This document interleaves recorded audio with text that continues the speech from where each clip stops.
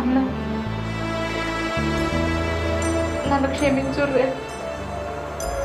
బావా నీ మంచితనం తెలియక ఆ రోజు నీ గల్లవట్లే బావా.